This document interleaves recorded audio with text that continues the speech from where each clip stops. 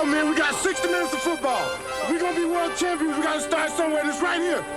This ain't going to be no place for women and children now, I'll tell you. You belong here. You're the best. Let's do it. Go! Let's go! Attack! Attack! Attack! Set alert! 11! 11! That's okay! Watch the line draw! Hey, 98! Hot! Get him, baby! Get him! Get him!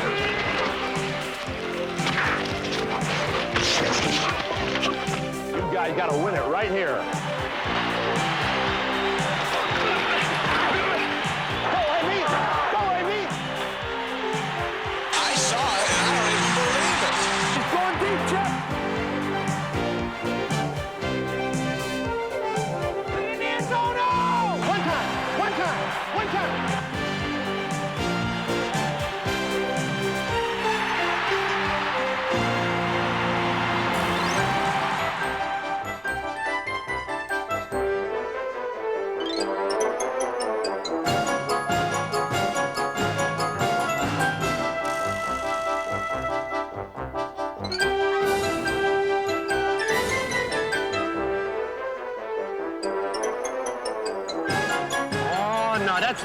That's naughty. He wouldn't do that.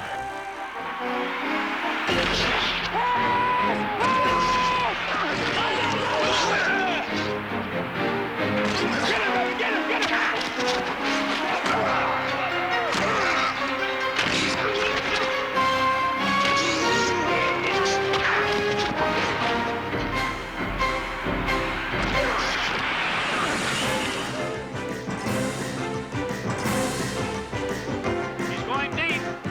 Side, and it is fought for, and it's touchdown!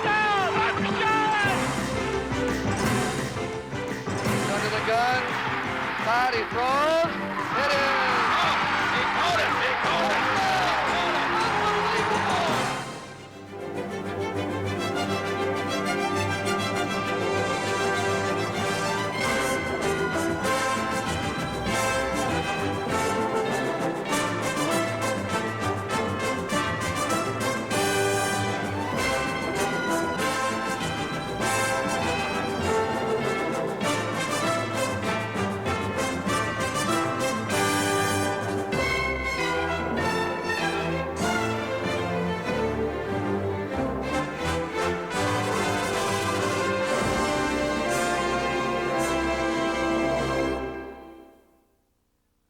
For over a quarter of a century, NFL Films has been honored to serve as the curator for the largest and most exciting collection of achievement in sports, the legend and legacy of the National Football League. Hello, I'm Steve Sable. You know, from a spectator standpoint, pro football is probably America's most challenging game to watch. On each snap of the ball, 22 men move in 22 different directions over an area of more than 2,500 square yards. It's certainly a game of complex strategy and tactics. But it's also about youth and dreams, fame and success and failure, inspiration and devotion. And finally, it's nostalgia. It's magic moments that live in memory, not because you particularly want to remember or try to remember, but because you simply can't forget. So let's take a look at this gallery of magic moments, frozen in time. In our collection, there's a rogues gallery reserved for football's most menacing men, the bone-jarring runners, the wedge busters of the special teams, the sack masters of the scrimmage line. All of them fierce competitors, gut fighters, and above all, reminders that football is and always will be a game for hard men who take pride in their own power. The name of the game, man, is hit. It's still a physical game. Let's face that fact, and it always will be. That's what makes people want to play this game, because it is a physical game. It's not touch tag. Let's call it what it is. It's violent, and it's physical.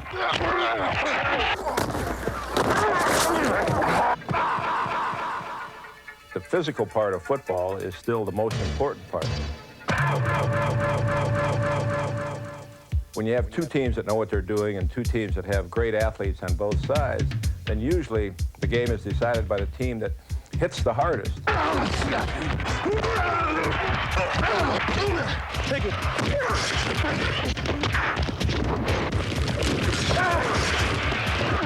The rules for playing the game of football allow for a tremendous amount of collision. And this is a collision sport, it's not a contact sport. If you lose the battle of the hitting, I'm not sure you're going to win the other battle either. When a guy gets hit and his headgear pops off, that's part of the game. And that's what people pay money to go see, the great hits.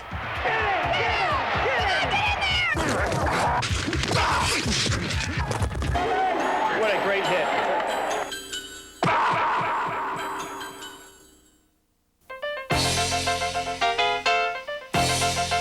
Pro football's legacy of toughness stretches back decades. But it was the wild men of the fabulous 50s that set the tone for today's Crunchmasters. There wasn't that much dirty play. It was rough. Yeah, they were rough. If they could kill you, they'd kill you honestly. Okay? But nothing dirty. Nothing wrong with drawing a little blood here and there. You know what the heck. For many, the need to hit is as natural as the need to breathe. But if hitting cannot be coached, what motivates the game's foot soldiers and birds of prey to unleash the special fury that makes them unique? They are guys that want to leave an impression. They would like to leave a Riddell across someone's chest. I like to be thought of as being that way, relentless. I like that word. The effect that I would like for it to have is for a player to be able to get up and go back to the huddle and say, I don't want to go back that way. I don't ever want to do that again. You must serve justice. And if you don't know how to serve justice, then you're going to get kicked around the league.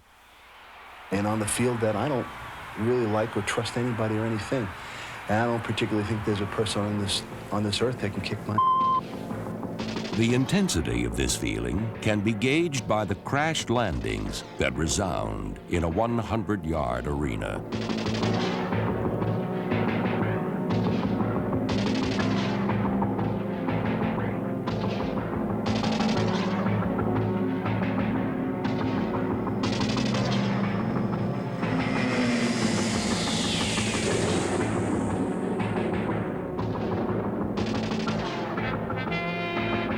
In the NFL, the most explosive force that can be used is a man's body. But I like to go back to the men of the 101st and the 82nd Airborne. They said, describe courage.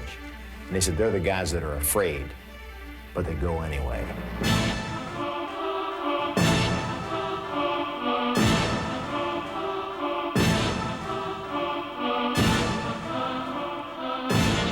If the special teams are the fast-paced first wave in a football attack, then the hardened men of the scrimmage line struggle, inch by precious inch.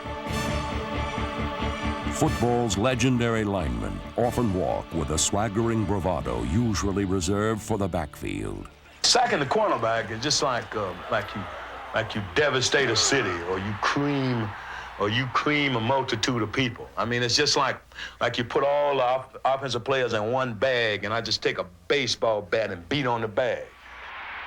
When all else fails and it's obvious that it's going to come down to a direct physical confrontation, I always thought it reflected a higher degree of intelligence to do the inflicting first.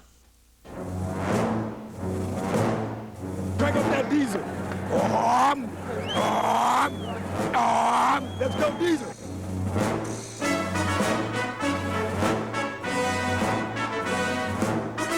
Muscle can also be employed on the other side of the scrimmage line, where an unlucky defense gets in the way of the NFL's toughest runners.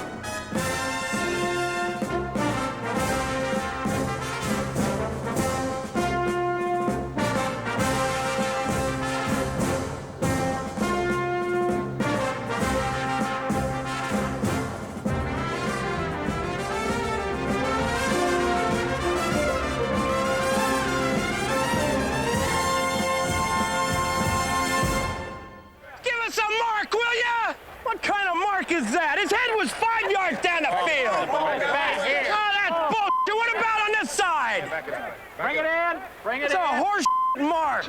Often, a football team's only as hard-bitten as its quarterback. One of the toughest was San Diego's Dan Fouts.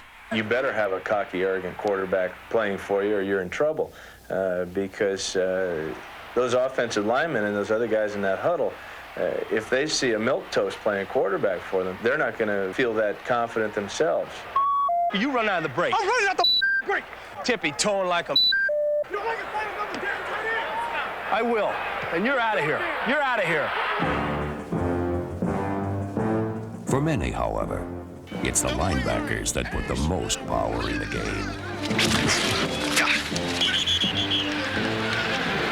That'll cool your ass off. They are football's hardest hitters, modeled after the Steelers' Jack Lambert and Ray Nitschke of the Packers.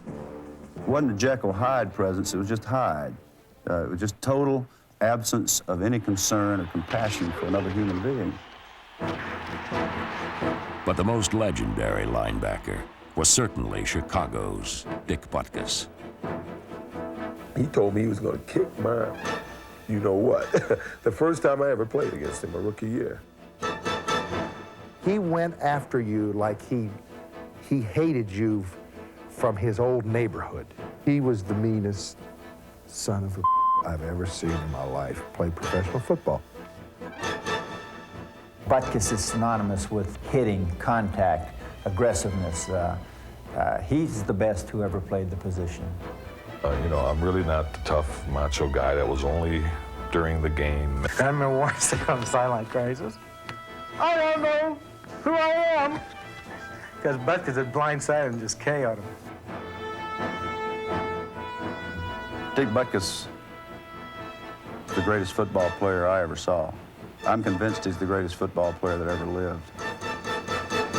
Dick Butkus, king of the crunch. The challenge of presenting the history of pro football requires a lot of wall space, simply because it's redrawn every Sunday. But in the historical perspective of passing years, certain truths emerge. Each succeeding decade is framed by the players and teams that reflect those times. And if art imitates life, then these gallant men stood as a mirror in front of America. The beginning of the Roaring '20s saw the birth of the National Football League. Born on the playing fields of rural America, it flirted with national attention when George Halas and his Chicago Bears signed up Red Grange, the galloping ghost, the country's most popular collegiate football hero. But it was the emergence of television in the 1950s that finally cemented the bond between pro football and the American public. It was a decade known for its carefree spirit, and the stars of the sport fit that mood.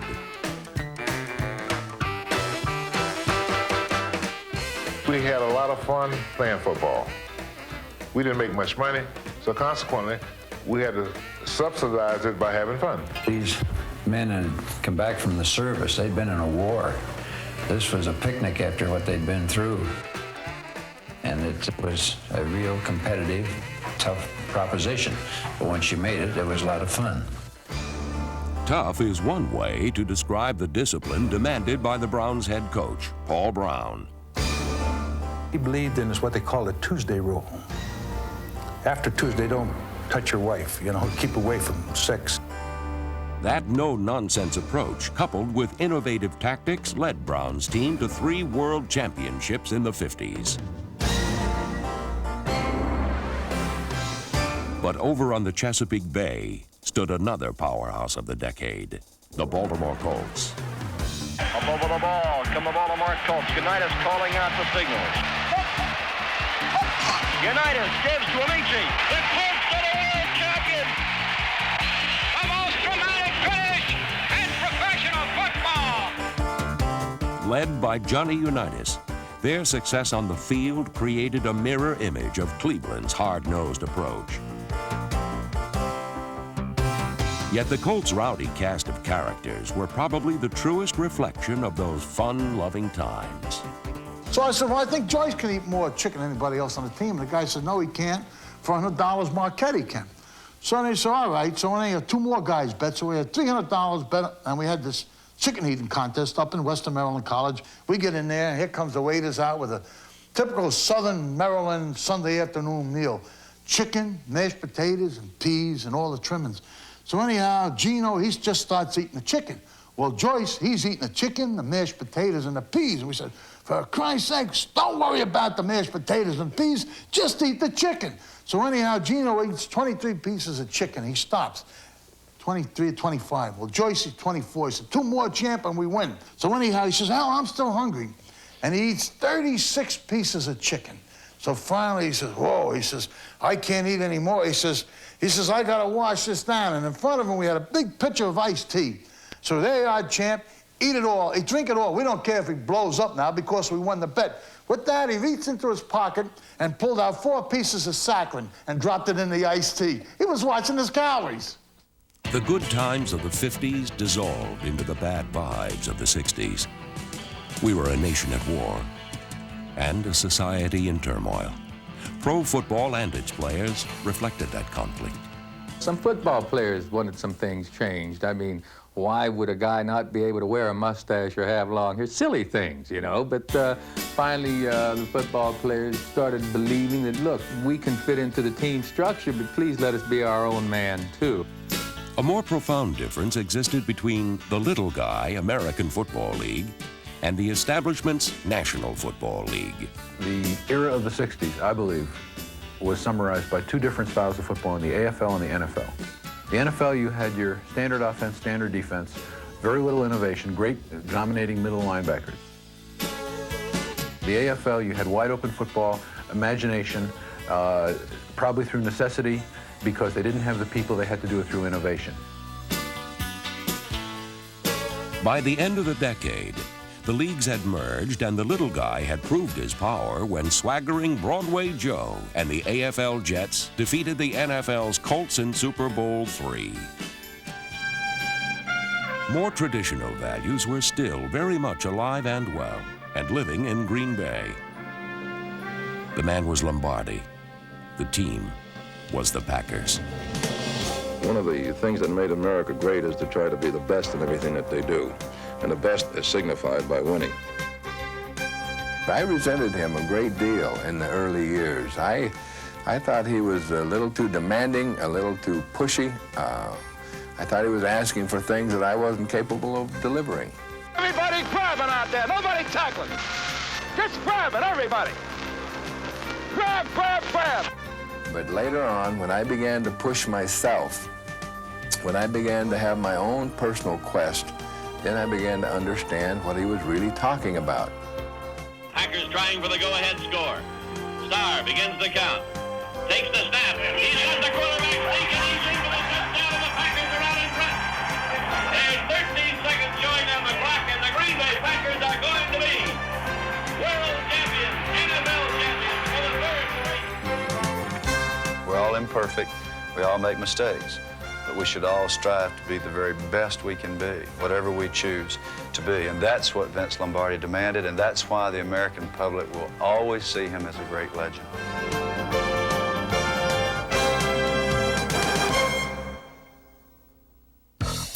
Weary of conflict, the nation turned to the optimism and self-indulgence of the 70s.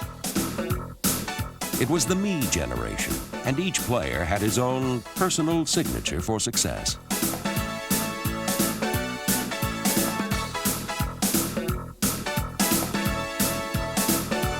In a decade that valued success above all else, football had a record book full of firsts. O.J. Simpson, the Juice, was the first to rush 2,000 yards in a single season. The 72 Dolphins were the first to have an undefeated campaign, topped off with a Super Bowl championship. And the Dallas Cowboys and their captain comeback, Roger Staubach, were the first in many hearts as America's team. Well, the Cowboys need a miracle. Roger takes the snap, pumps it once. He's going long, down the near sideline for Drew Pearson. Pearson makes the catch at the 5, touchdown! Staubach hit Pearson on a 50-yard touchdown. Would you believe it? For the Pittsburgh Steelers, the 70s also began with a miracle and ended with a dynasty. Bradshaw running out of the pocket, looking for somebody to throw to, fires it downfield. And there's a collision. It's caught out of the air. The ball is pulled in by Franco Harris. Harris is going for a touchdown for Pittsburgh. Franco Harris pulled in the football. I don't even know where it came from. With a combination of the remorseless steel curtain defense, the thunder of Franco Harris, and the breathtaking connection from Bradshaw to his receivers, the Steelers won a record 4 Super Bowls. In closing out the 70s, they renewed professional football's legacy. That its history is a series of frozen moments where a man's grasp can match his dreams.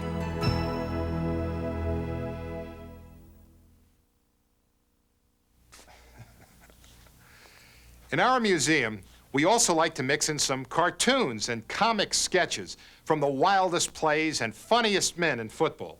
And perhaps, through their follies, these players have learned life's greatest lesson, that the road to greatness is often littered with banana peels. I got 50. I got 76. No, Joe, you got 45? Who's got 30? I got 45. I got him. I got that guy. Okay, all set. Hey, who's got 45? I thought you had 45. I've got 57. Who's got 48? I got 48. Oh, I got 88. Time out. Richard, what are you doing?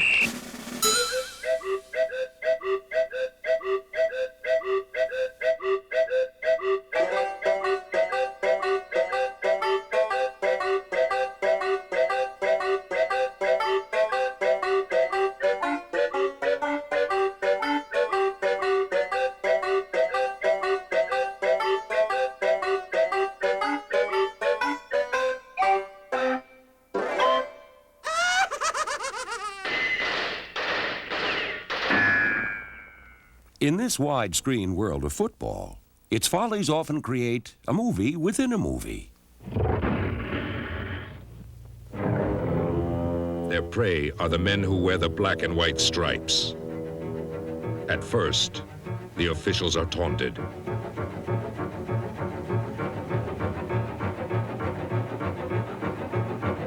The refs try to fight back.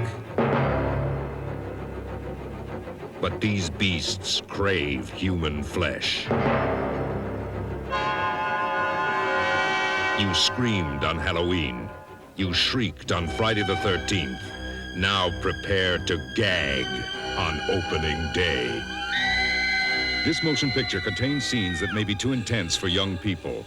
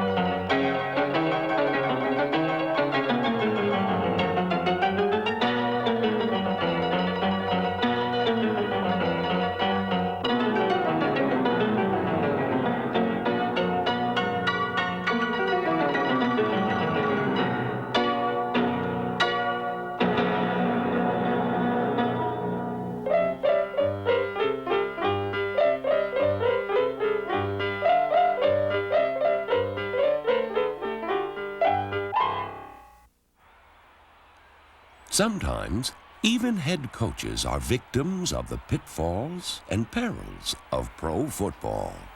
Joy to the world. Joy. All right, everybody sit down. Now, let's everybody sit down. Stay up here with me, Louie. Back up, fellas. Back up, please, so we can see. Is there any way that we can get these people to sit down? Hey, stay here and make it look like we know what the hell we're doing. Watch the screen! Watch the reverse! Watch your feet! Watch the play-action pass! Screen! Flea flicker! Watch your dog! Watch everything! You got to tell these guys what to do every minute of the day. This is unbelievable. If I don't get them down, I will cut them, baby, so they'll be down. What we got to run, I'm telling you, it sounds crazy, is an 888. Deep down the middle and hope we get a pass interference, don't you think? 94, fullback banana, hot right. Round left, wide, nasty, 16 lead pass, post flag with a to Gloucester. We might as well run it. Yep. Let's run the Bummerooski. Huh? Run the Bummerooski. Drop! Drop, dummy! Drop! My daughter could do better. Get him out of there because he has no hands. I guarantee you next week you'll stay back because every guy up here is going to cost $500. Went to college with that official. Hey, you over-officious jerk! Now, you can't do that. If you do it, I'm telling you, you're going to have more hell over it than a little bit. I'll tell you, you think that you've given these a little bit of an advantage now? How about turning it around? Go. They're killing me, Whitey. They're killing me. If you think for one damn minute I'm going to take a loss standing down, you just have another thought coming. And the next time everybody is sitting on a bench or I'll run every to Green Bay. I knew we weren't ready to play football today. Even though we often sing the praises of the game's greatest players, I left my heart in San Francisco, high up on a hill. It calls to me. football fact is often stranger and funnier than fiction. All right, here's Jim McMahon barking out the signals. Perry in motion to the near side. McMahon fakes the hand. Open! Fires the right side. Oh, there you go! The legend continues. William Perry. Looking. Now stops, throws, completes it to Kilmer up at the 30-yard line. Kilmer driving for the first down, loses the football. It's picked up by Jim Marshall, who's running the wrong way. Marshall is running the wrong way. And he's running it into the end zone the wrong way. Thinks he scored a touchdown. He has scored a safety. 10 seconds left. Stabler back. Here comes the rush. He sidesteps. Can he throw? He can't. The ball flipped forward is loose. A wild scramble. 2 seconds on the clock. Casper grabbing the ball. It is rolled a fumble. Casper has recovered in the end zone. The Oakland Raiders have scored on the most zany, impossible dream of a play. Madden is on the field. He wants to know if it's real. They said yes. Get your big butt out of here. He does. There's nothing real in the world anymore. This one will be relived forever. And win, lose, or draw, every football game still ends with the same refrain. Hi, Mom. Number one. Presto bottega che la vita. Hi, Mom. Number one. One. Per fortunatissimo per verità. La la la la la la la la la la la la la la. Hi, Mom. Hi, Mom. Hi, Mom. Hi, Mom. Hi, Mama. Hi, Mom. Hi, Mom. We're number one. Hi, Mom. We're number one. We're number one. We're number one. We're number one.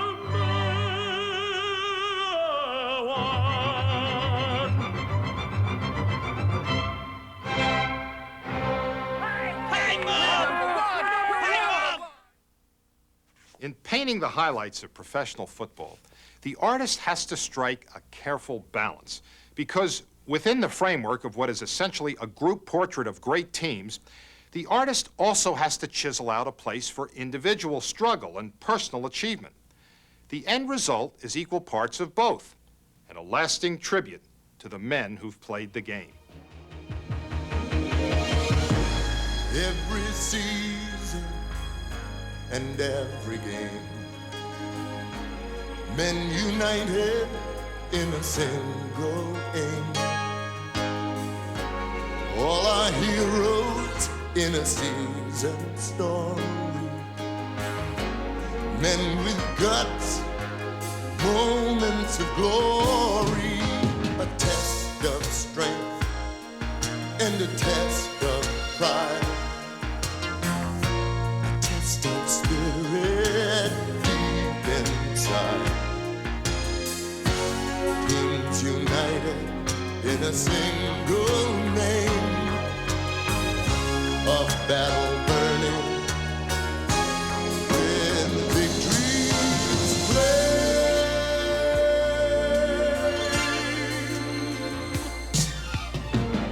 It's a long, hard road to every goal. It's a long, hard road, I know. If you hit that road with all your soul, now you're on the road to the Super Bowl.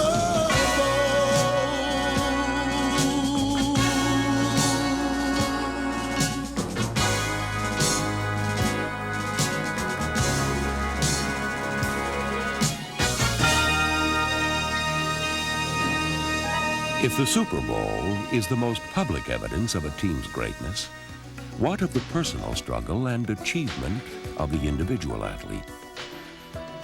For that, you have to search deep within. Reach for the courage, push back the pain. Blood of a winner running through your veins. Break for the finish, leading the way. All alone as you turn for home. All your fire and all your strength on the line with every stride, every muscle and every nerve, digging deep, rich with pride, the heart of a champion shows every time. The heart of a champion shows every time.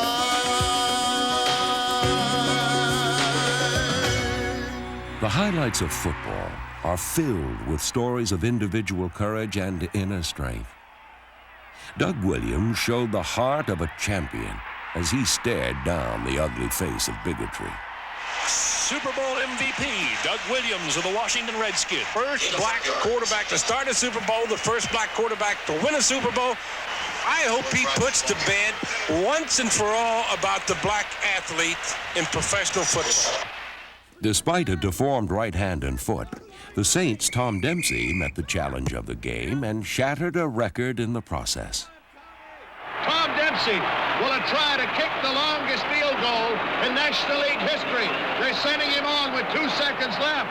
Scarpetti will hold. Here's the snap. The ball is down. Dempsey kicks. It's on the way. It is good. It's good. It's good. The Saints have won. And Steelers halfback Rocky Bleier fought his toughest battle far from the cheering crowds of the NFL. In a place where there are no champions, only survivors. A machine gun, you could hear it in the distance, started to level the area. And all of a sudden, I felt a thud in my left leg. And as I looked down, I saw 2 neat little holes in my khakis. And then I could hear the guys hollering in the wooded area. You know, there's one. You know, watch it. Damn it, boy, they got Bill. Watch that one. Watch, you know, holy Christ, what's going on? They're everywhere.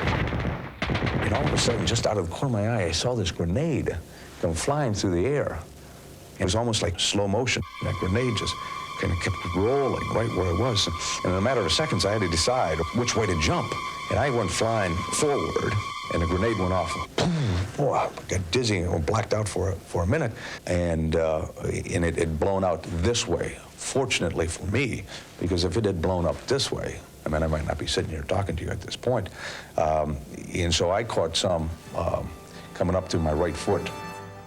Although classified 40% disabled, Rocky returned to the Steelers in 1969, despite initial skepticism from new head coach Chuck Noll. There was no way Rocky could play, in my view. In fact, I asked him at one stage to, I thought maybe it would be better if he had retired. At least I wanted to give it a shot. And so that if I got to the point and didn't make it, I never had to look back and say I didn't try. What followed was surgery on his crippled foot, 5 years of agonizing rehabilitation, and a legendary comeback that drove Rocky Bleier toward 4 Super Bowl championships and a place in the hearts of all those who value the strength of the human spirit. The individual courage of Rocky Bleier and the other heroes of football show us what the game really is. The game is not the players, it's not the coaches or the fans. It's a little bit of each, blending together into a living history that began nearly 70 years ago. It's the Chicago Bears playing the Canton Bulldogs on a cinder field in front of 200 people, with George Halas holding back on his wife's grocery money so he could pay his players.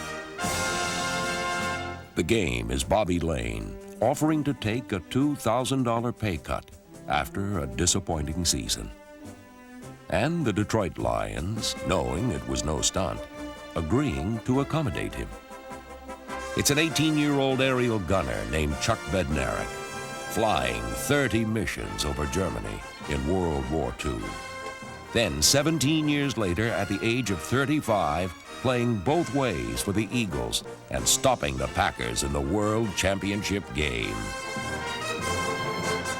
And it's Lombardi, raging at that defeat, vowing never to lose another championship.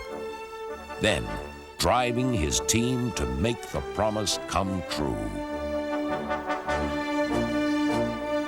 The game is Roger Staubach, an officer and a gentleman, saying goodbye to the team he loved and to the coach who made him a champion. Of course, the nuts and bolts of the Dallas Cowboys is a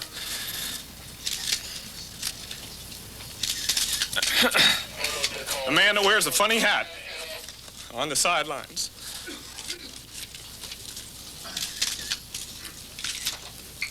I wasn't going to do this, but Tom Landry is the nuts and bolts, and I appreciate him. The game is the man in the funny hat, and its sweetness, and the juice. It's Franco's Army and Brian's song. It's a place where new legends are born and old ones endure, where differences vanish in the bright sunlight of achievement.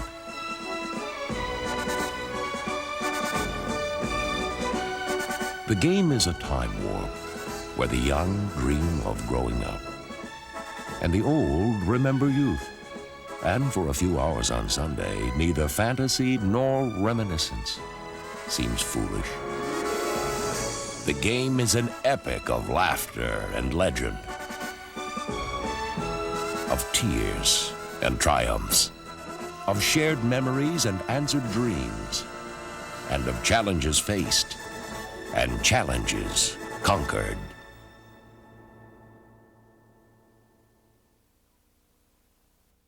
We hope you've enjoyed this glimpse of pro football, its lasting legacies and highlights, not to mention the lowlights of its follies and the crack and crunch that makes it America's most popular spectator sport. And we hope you'll return for another visit, because we'll be putting up a new wing every season. I'm Steve Sable. Thanks for joining us.